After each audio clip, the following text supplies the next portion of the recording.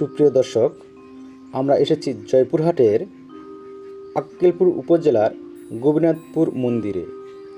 এই মন্দিরের পরিচিত বা আপনাদেরকে কিছু দিক নির্দেশনা দেওয়ার জন্য আমরা এসেছি।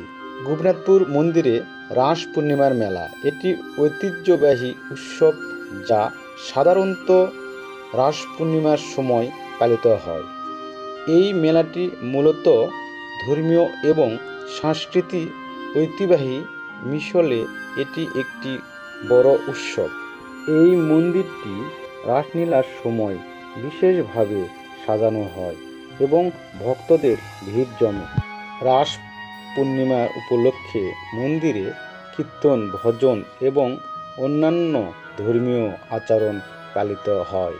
রাস পূর্ণিমা উপলক্ষে মন্দিরে কীর্তন, ভজন এবং অন্যান্য ধর্মীয় আচরণ পালিত হয়।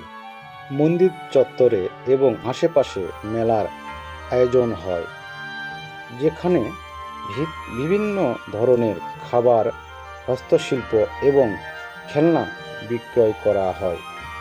ঐতিহ্যবাহী নৃত্য ও গান এবং নাটক মেলার অন্যতম আকর্ষণ।